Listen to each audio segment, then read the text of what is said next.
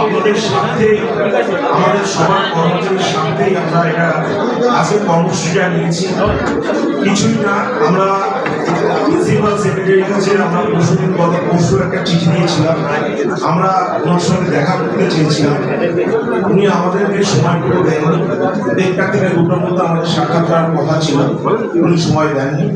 আমরা একটু ওনার সঙ্গে আলোচনা করতে চাইছিলাম যে গ্রুপ ডি প্রমোশন কোয়ালিফাইড যারা আছে দীর্ঘদিন ধরে এটা পড়ে আছে, যাতে যত তাড়াতাড়ি সম্ভব অন্ততপক্ষে পুজোর আগে যদি তাদের প্রমোশনটা দেওয়া যায় তাহলে তারা অত্যন্ত খুশি পাবে। পুজোর উপহার হিসাবে এটা যদি আমরা দিতে পারি।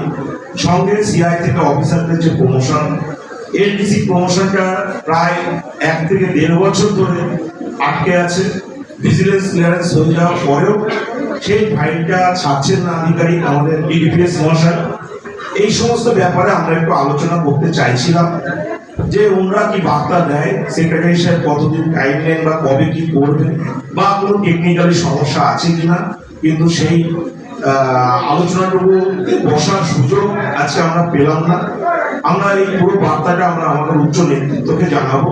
পরবর্তীতে উচ্চ নেতৃত্ব আমাদের রাজ্য কর্মচারী প্রতাপ নায়ক এবং আমাদের যে চেয়ারম্যান ডক্টর মানস রঞ্জন ভূঁইয়া মহাশয় যেভাবে নির্দেশ দেবেন আমরা পরবর্তীতে ঠিক সেইভাবে আমরা পালন করব।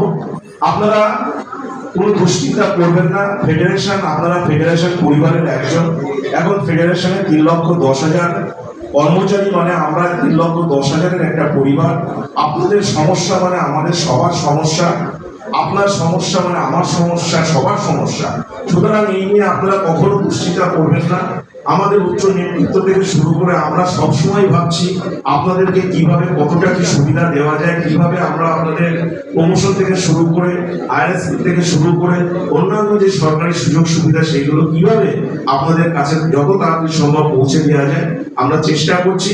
আপনারা ভালোভাবে সবাই বাড়ি ফিরবেন এই বলে আমি আমার ছোট্ট বক্তব্য শেষ করছি। সবাই একবার হাত তুলে জয় বাংলা বলবেন। জয় বাংলা।